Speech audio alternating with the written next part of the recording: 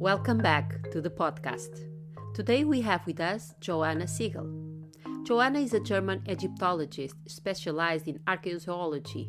She works at the German Archaeological Institute at the Commission for Archaeology of Non-European Cultures in Bonn, Germany. Johanna is coordinating the Entangled Africa program for the German Archaeological Institute, and before that she was the field director of the archaeological works at Elephantine Island in Egypt with the project she started, Realities of Life, focusing on bringing light to the livelihoods of the Elephantine population during ancient Egypt. Johanna's research interests focus on culinary history but also on technical aspects of textile production due to her research for her master thesis project on looms of the first millennium in Egypt. Welcome, Johanna. It's wonderful to have you here in the podcast. Thank you, Sophia. I'm really happy that you gave me the opportunity.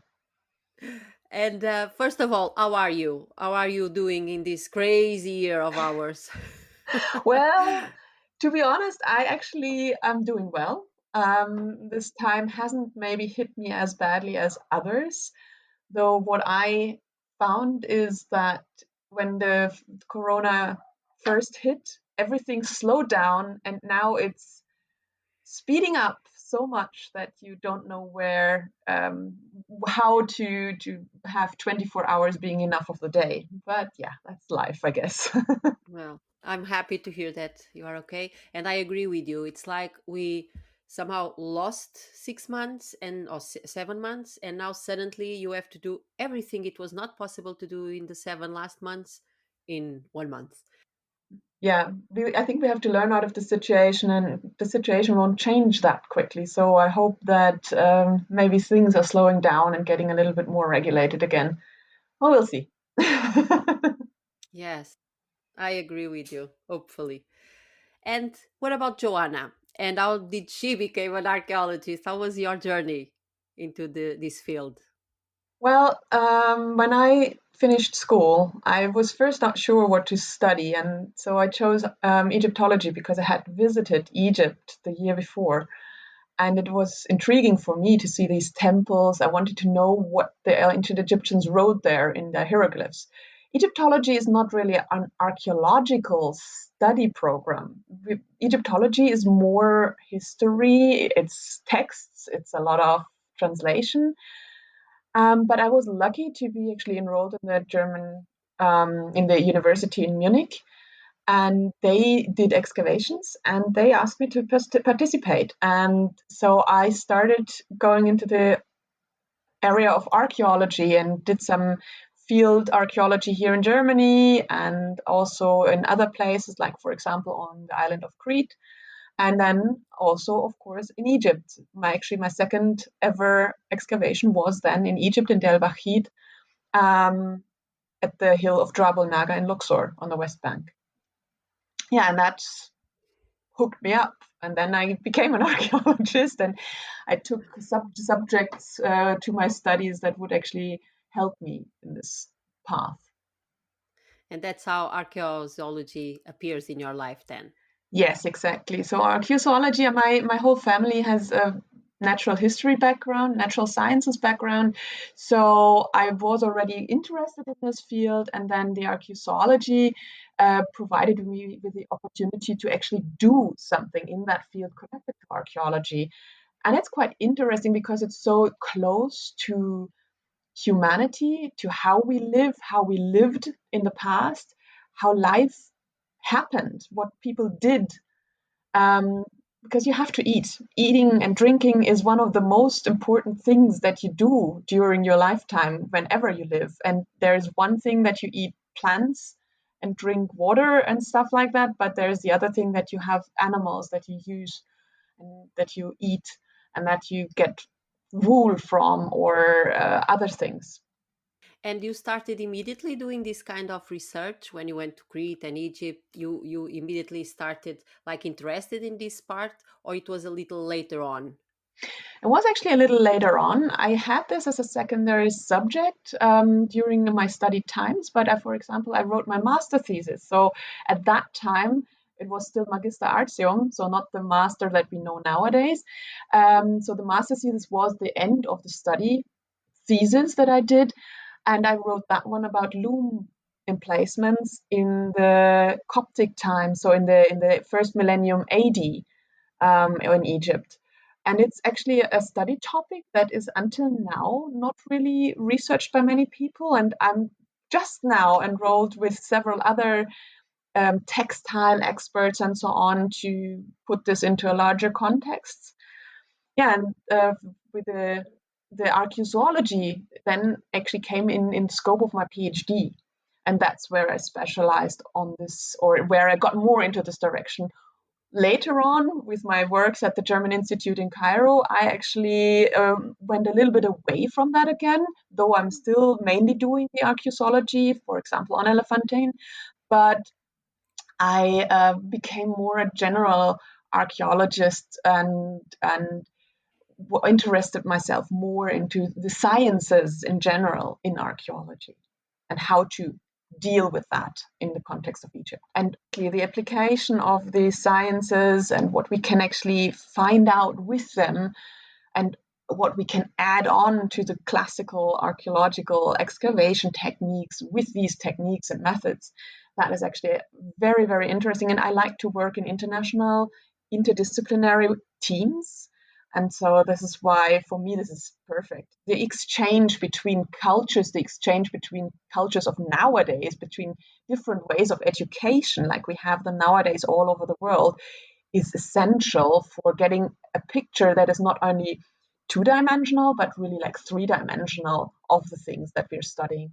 Yes, you, Johanna, you give the first lesson in our MOOC, Introduction to Archaeology. And I really love that perspective that you immediately say, we are here to understand these people, to know how they live, what they eat, all this kind of very human perspective. Yes, that's exactly the thing. I mean, it's important to, of course, study those monuments, to study the texts, to study the linguistics behind all of that. But we should not forget the people who stood behind that. And actually, Mark Lehner, one of the most known Egyptologists in Egypt, who works at the pyramids in Giza, he just wrote that down. We're having all those relics, having all those finds that we do. We have the tombs, we have the contents of the tombs, but who actually produced these? Why did they do that? What did they think when they did it? And how did they live during their lifetime? Is not very well known.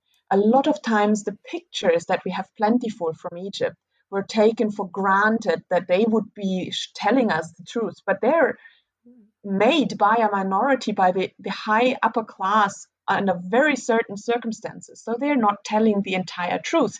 They're telling one perspective. And the archaeological record can tell us the other one. And that's what's super important and for me, most interesting.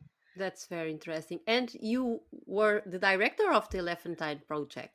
Well, I'm the field director. I was the field director of Elephantine project. I was a research associate to the German Archaeological Institute in Cairo for the past 6 years, more or less. I only finished that job in the summer 2019. What I did while being a field director there is that I set up a new approach to the archaeology there. And we did some excavations in the Middle Kingdom settlements, so around 1700, 1800 BC layers, where we wanted to study the human life, the daily life in Elephantine. So we excavated houses and we're studying with various methods the contents from these houses. And this project I am actually still directing. I'm the Professor Seidelmeier, who is the director of the German Institute in Cairo, he of course allowed that I remain the director of that, while Elephantine as a general project is now directed by my successor. Okay. And you were living there for some years, and now you are in Germany. Yes, exactly. Yeah, I've been living in Cairo for the past 7 years, and now I'm back to Germany. I'm actually still with the German Archaeological Institute, but now I'm with the so-called Commission for the Archaeology of Non-European Cultures. this is actually, for me, amazing because now I can even broaden my perspective on archaeology, on Africa in general, because I'm working with Jörg Lindstetter, of course, and this is for me an incredible input. It helps me a lot to also understand, again, Elephantine, our situations a lot better. Elephantine, of course, is the gateway from or to Africa from Egyptians' perspective seen. So it was near the border of the ancient kingdom, and it had traffic and trade coming in from Nubia, from south of the Sahara. So we have all these relics there. We have the ostrich eggshells, which might, as a big percentage, not have come from Egypt itself, but from Africa, from Central Africa. So this is why this connection is perfect for me now. It's a beautiful way of connecting with other regions of Africa, for sure. Absolutely. And Johanna, regarding our MOOC, our online course on African archaeology and heritage, you, as I said before, you are our first teacher in the MOOC, but you were also our first video we record with you in Elephantine. And we really want to thank you so much. Your engagement was complete since the beginning. The conditions were not so good, and but you adapted very well and immediately in front of the camera. Thank you for that. Well, thank you for getting the opportunity. I'm actually really happy that we did that together. I think this is an absolutely important project. I see it myself during the work in Egypt. A lot of my colleagues down there, they have access to they have access in the universities to some kind of studies, but often not to a lot of books, library, opinions from outside of their own Arabic speaking world. And with this, we can actually help them to get a little bit more of an international viewpoint, to get this input, to be able to actually also compare things and be modern in their way of archaeological work. So for me, I think everyone will benefit from that. We will benefit because we will learn more what our colleagues down there need. They will benefit because they know what we want from them, and we can exchange our knowledge. That's the most important thing about it. Yes, for sure. That's one of the things, create this networking.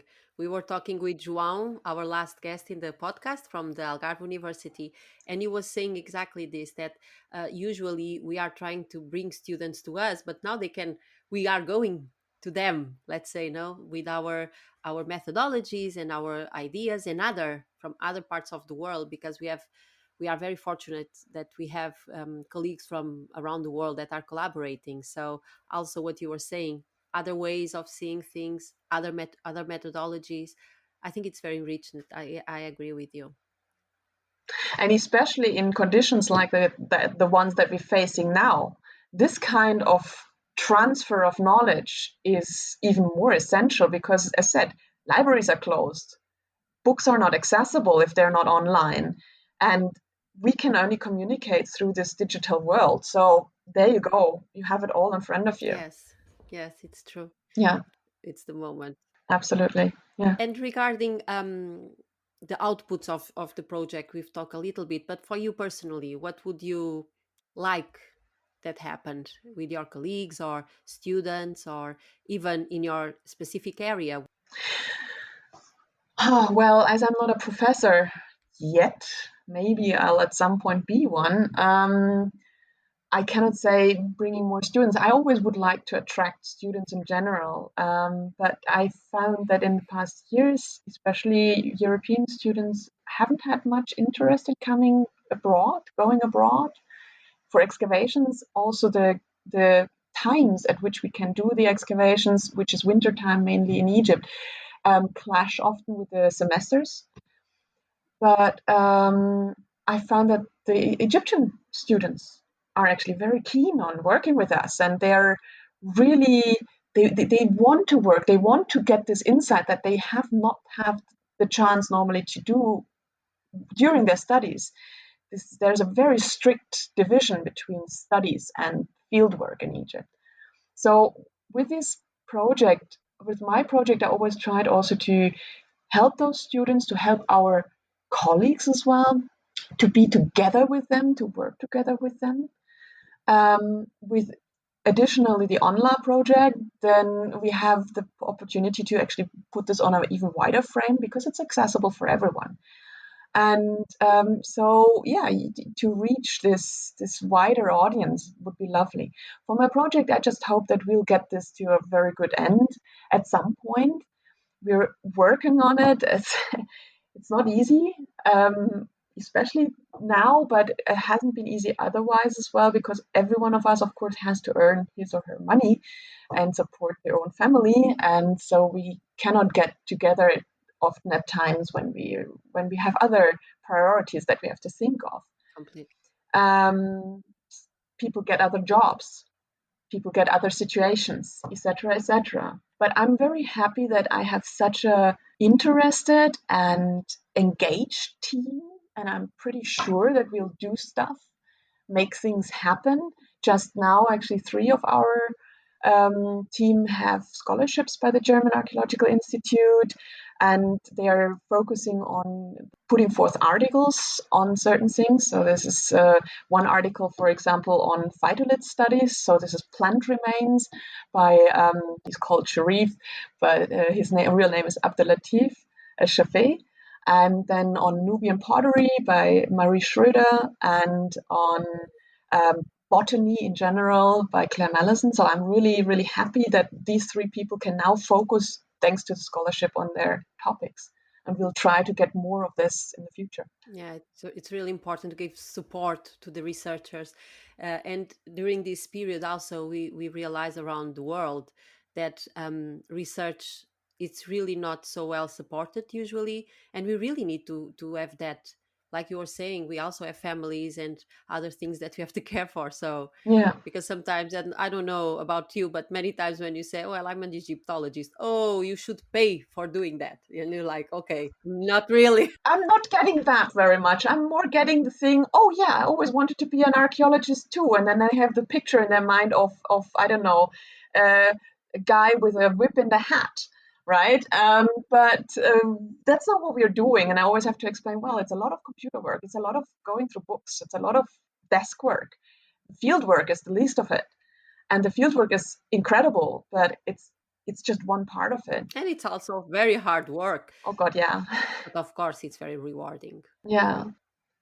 But I know also what you mean concerning funding. I said, when you look at the European Council fundings that have dropped so tremendously in the last years. On the other hand, well, I can understand that our economy has to set priorities in certain times, like currently, to support people, to have people food on the table.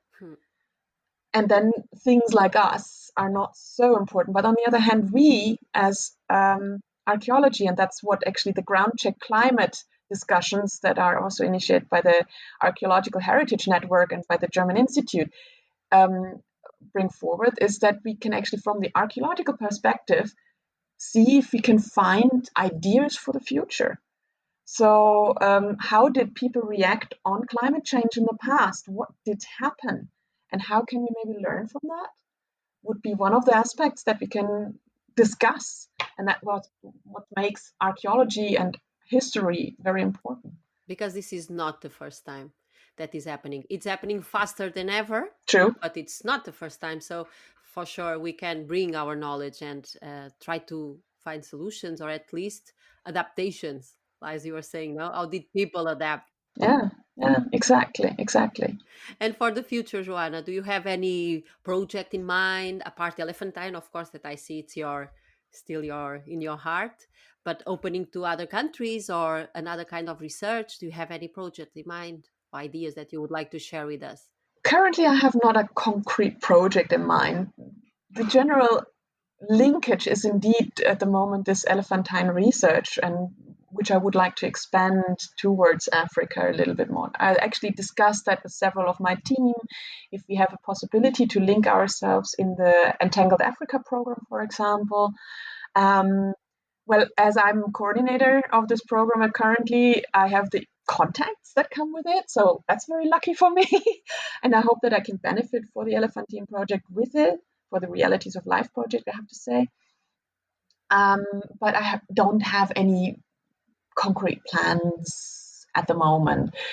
I'll have to first, I'm taking it step by step, and I have to do that. I have to finish one thing or get it close to a finishing before I can think about the next. Otherwise, I'll get entangled into the webs of art research or whatever not. Yeah. Never better said. Johanna, and could you just explain a little bit about the Entangled Africa? Of course. The Entangled Africa project is actually about Africa as a center for cultural innovation and exchange. And we know that in Africa, a lot of things happened. Humanity more or less comes from Africa when you see it from the very, very far past, beyond archaeology. But we know as well that in Africa, a lot of things were invented, reinvented, done differently. Plants and animals were domesticated, like sorghum or other plants.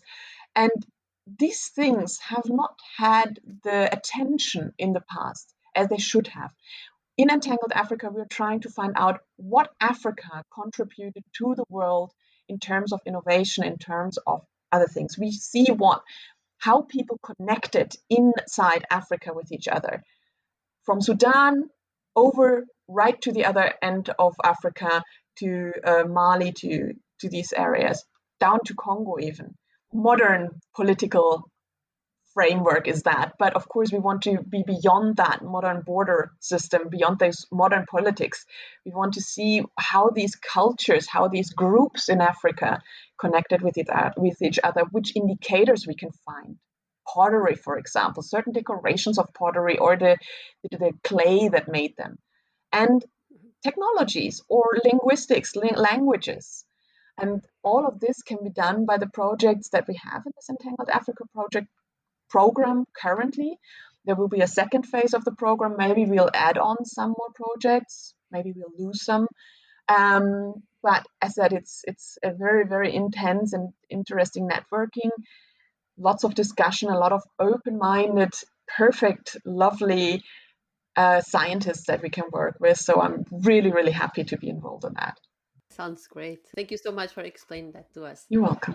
And thank you so much for being here, Johanna. I don't know if you want to add anything that you would like. Again, thank you, Sophia, for having me in that. I want to wish luck to everyone who is now a member of ONLA and studying online with us. And well, I'm open for any questions if there is. My contacts are available. So good luck to everyone. Keep it up.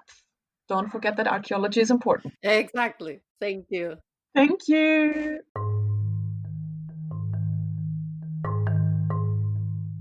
Thank you for joining the conversation with Johanna Sigl from the German Archaeological Institute. Johanna is one of our teachers on the MOOC on African archaeology and heritage. She gives the first class and she recorded the first video in Elephantine. It's a joy listening to her and learning from her. The work Johanna and the colleagues of the Entangled program are developing is really interesting and important because it enlightens the role of Africa in so many aspects of the human journey. I will leave the link for the program webpage so you can learn more about their work. On the next few weeks, we will keep on having conversations with our teachers around the course and their personal projects. Subscribe to the podcast and our newsletter, and let's be friends on Facebook and Instagram. Take care and keep safe. I will talk to you soon.